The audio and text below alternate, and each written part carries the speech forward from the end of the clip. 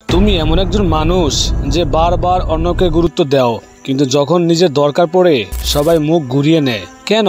আজ আমরা Tasfia official zone দর্শনের আলোকে জানব তুমি কিভাবে এই অবহেলাকে নিজের শক্তিতে পরিণত করতে পারবে। অবহেলা কেন?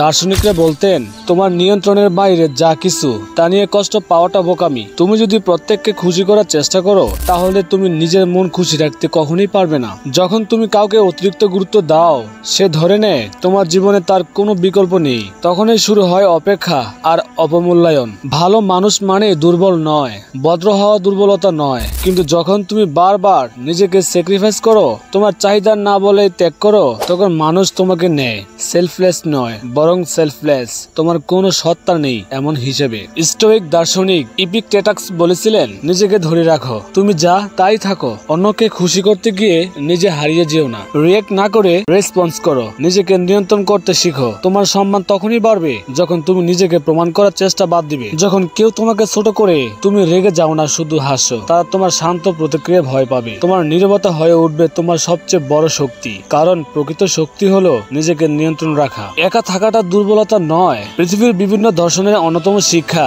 তুমি একা থাকতে পারলে তুমি সবচেয়ে শক্তিশালী। তুমি তখনই নিজেকে খুঁজে পাবে যখন চারপাশে কেউ থাকবে না। তোমার চাওয়া পাওয়ার বাইরে প্রশংসা তখনই প্রয়োজনীয়তা হারায় যখন তুমি নিজের মধ্যে প্রশান্তি খুঁজে পাও। তুমি একা কিন্তু পূর্ণ, তুমি নীরব কিন্তু সচেতন। যারা তোমাকে ব্যবহার করে, কিছু মানুষ আছে যারা শুধু নিজের সুবিধার জন্য আসে। তুমি যত ভালোবাসো ততই তারা দূরে সরে যায়। প্রত্যাশা বাদ দাও, বাস্তবতাকে আলিঙ্গন করো। তুমি যা করো করো দায়িত্ববোধ থেকে, নট ফর অ্যাপ্রুভাল। তোমার দেওয়া ভালোবাসা যদি ফিরে না আসে তবু তুমি নিয়েই যাও, কারণ তুমি কারো আচরণের উপর নয়, নিজের নীতির উপর দাঁড়িয়ে আছো। পরিবর্তনের শুরু তুমি। তুমি যদি আজ থেকে সিদ্ধান্ত নাও কাউকে সন্তুষ্ট করার জন্য নয়, নিজেকে শ্রদ্ধা করার জন্য বাঁচবে, তবে দেখবে পৃথিবী তোমাকে নতুন ভাবে দেখতে শুরু করেছে। নিজেকে নিয়ন্ত্রণে আনো, অপেক্ষা করো না অন্য কেউ তোমাকে সম্মান দেবে, তুমি নিজেই নিজের সম্মান তৈরি করো। আজ থেকে তুমি আর কারো ব্যবহার, প্রশংসা বা অবহেলার উপর নির্ভর করবে না। তুমি নিজের একটি স্ট্যান্ডার্ড তৈরি করবে, অর্থাৎ নিজের নিয়ন্ত্রণে থাকো। তোমাকে কেউ গুরুত্ব না দিলে তুমি নিজেকে আরো বেশি গুরুত্ব দাও, কারণ